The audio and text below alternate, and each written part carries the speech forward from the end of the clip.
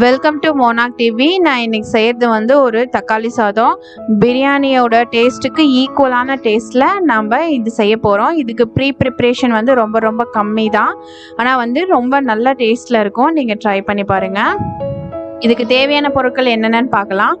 3/4 kilo அரிசி எடுத்திருக்கேன். இப்போ நான் இதை வந்து ஊற வச்சிடுறேன். 2 பெரிய வெங்காயம் நீல வாக்கில் கட் பண்ணி வச்சுக்கோங்க. 10 தக்காளி எடுத்திருக்கேன். சின்ன தக்காளியாக 10 தக்காளி எடுத்திருக்கேன். இஞ்சி பூண்டு பட்டை லவங்கம் பேஸ்ட்டு. இது 50 கிராம் இஞ்சி, 50 கிராம் பூண்டு. இந்த சைஸுக்கு வந்துட்டு பட்டை ஒரு 5 பட்டை, 7 கிராம்பு. இது வச்சு நல்லா பேஸ்ட் மாதிரி அரைச்சிக்கோங்க. இதுதான் வந்து இந்த சாதத்துக்கான டேஸ்ட் கொடுக்கக்கூடியது. ஒரு லெமன், 2 பச்சை மிளகா. பச்சை மிளகா கீரை வேண்டாம். ரிஃபைண்ட் ஆயில், 1 ஸ்பூன் மிளகாத்தூள், உப்பு. இதில் வந்து 2 அன்னாச்சி மொட்டு, 2 அன்னாச்சி பூ வச்சுருக்கேன். உங்களுக்கு வேணால் பிரிஞ்சி இலை ஆட் பண்ணிக்கோங்க. புதினா கொத்தமல்லி 1 கைப்பிடி அளவு எடுத்துக்கோங்க. நெய் எடுத்திருக்கேன். இது ஆப்ஷனல் தான், உங்களுக்கு வேணான்னா ஸ்கிப் பண்ணிக்கலாம். ஒரு பாத்திரத்தில் எண்ணெய் ஃபஸ்ட்டு ஆட் பண்ணிக்கோங்க.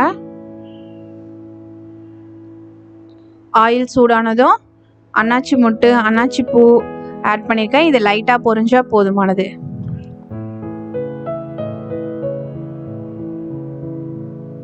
வெங்காயம்,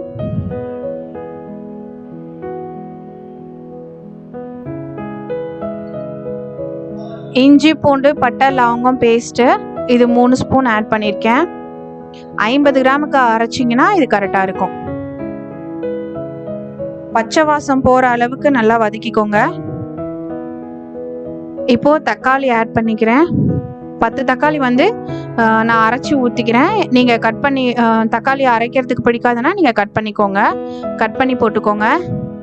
குழந்தைங்க சாப்பிடும்போது இது வந்து தக்காளி எடுத்து வச்சிட்ருப்பாங்க. அதுக்காக நான் இந்த மாதிரி அரைச்சி ஆட் பண்ணிக்கிறேன். இப்போது மிளகாத்தூள் 1 ஸ்பூன் மிளகாத்தூள்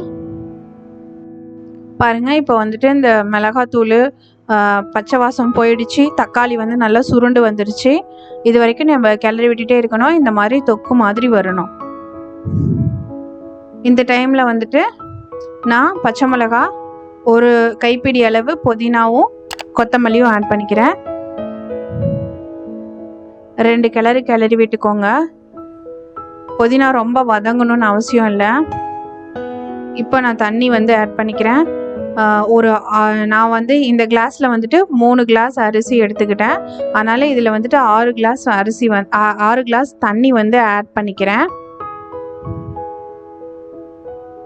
1 பங்கு அரிசிக்கு 2 பங்கு தண்ணி, அந்த விதத்தில் வந்து ஆட் பண்ணிக்கணும். சாப்பாட்டுக்கு தேவையான உப்பு ஆட் பண்ணிக்கிறேன். இது டேஸ்ட் பண்ணி பாருங்கள். சரியான அளவை விட 1 கல் அதிகமாக இருக்கணும். உப்பு வந்து 1 நூல் அளவு அதிகமாக இருக்கணும் அப்படின்னு சொல்லுவாங்க. எனக்கு வந்து இந்த உப்பு வந்து 1 நூல் அளவு அதிகமாக இருக்குது. 1 நூல் அளவு அதிகமாக போட்டிருக்கிறேன். எனக்கு வந்து இது சாப்பாட்டுக்கு சரியான அளவில் இருக்குது. இப்போ நான் வந்து இதை லிட் போட்டு க்ளோஸ் பண்ணி தண்ணியை வந்து கொதிக்க வைக்க போகிறேன். தண்ணி கொதிச்சிருச்சு. இப்போ நான் வந்து ஊற வச்சு ட்ரைன் பண்ணி வச்சுருக்க அரிசி வந்து ஆட் பண்ணிட்டேன். மூடி போட்டு வேக வைக்கிறேன். சாதம் நல்லா வெந்துருச்சு. இந்த டைம் வந்து லெமன் வந்து 1 லெமன் கட் பண்ணி வச்சுருக்கேன். அதை வந்து சேர்த்துக்கிறேன். சேர்த்துட்டு ஒரு தடவை நல்லா ஃபுல்லாக இந்த மாதிரி கிளறி விட்டுக்கணும். சாதம் வந்து 3/4 வேக்காடு இருக்கும் போது நம்ம லெமன் ஊற்றிக்கணும். இப்போ அகெயின் வந்து நான் க்ளோஸ் பண்ணி வேக வைக்கிறேன். சாப்பாடு நல்லா வெந்துருச்சு. இப்போ வந்து தண்ணி வத்திருச்சு. இப்போ வந்து நான் 2 ஸ்பூன் வந்து நெய் வந்து மேலே ஆட் பண்ணிக்கிறேன். இது ஆப்ஷனல் தான், உங்களுக்கு வேணான்னா நீங்கள் ஸ்கிப் பண்ணிக்கலாம். நெய் போட்டால் கொஞ்சம் நல்லா லாஸ்ட்டாக ஆட் பண்ணும்போது நல்லா டேஸ்ட்டாக கொஞ்சம் வாசமாக சூப்பராக இருக்கும். சாப்பாடு ஆயிடுச்சு. அடுப்பை ஆஃப் பண்ணிவிட்டு நான் இந்த மாதிரி ஒரு பாத்திரத்தில் ஃபுல்லாக தண்ணி ஊற்றி இது மேலே வச்சு ஒரு 5 மினிட்ஸ் வந்து நான் தம் போட்டுட்டு அதுக்கப்புறமேட்டு நான் சர்வ் பண்ண போகிறேன். தக்காளி சாதம் ரெடி ஆகிடுச்சு. இப்போ நான் இது வந்து ஒரு பிளேட்டுக்கு மாற்றிக்கிறேன். சர்வ் பண்ண ரெடியாக இருக்குது. இது வந்து தயிர் பச்சடியோடு சாப்பிடும்போது நல்ல டேஸ்ட்டில் இருக்கும். அதே வந்து பெப்பர் சிக்கனோடு சாப்பிடும்போது செம்ம தூளான டேஸ்ட்டில் இருக்கும். உங்களுக்கு பெப்பர் சிக்கன் வீடியோ வேணும்னாலும் இதில் ஐ கார்ட்லேயும் என் கார்ட்லேயும் நான் உங்களுக்கு கொடுத்துருக்கிறேன். நீங்கள் வேணால் ட்ரை பண்ணி பாருங்கள். உங்களுக்கு இந்த வீடியோ பிடிச்சிருந்துச்சுன்னா உங்கள் ஃப்ரெண்ட்ஸ்க்கு ஷேர் பண்ணுங்கள். எங்களோட சேனலை சப்ஸ்கிரைப் பண்ணி வச்சுக்கோங்க. பக்கத்தில் இருக்கிற பெல் ஐக்கானை கிளிக் பண்ணி வச்சுக்கோங்க. உங்களுக்கு வேறு ஏதாவது டிஷ்ஷஸ் வேணும்னாலும் கமெண்டில் லீவ் பண்ணுங்கள். நான் உங்களுக்காக அந்த வீடியோ வந்து அப்லோட் பண்ணுறேன். தேங்க்ஸ் ஃபார் வாட்சிங் திஸ் வீடியோ.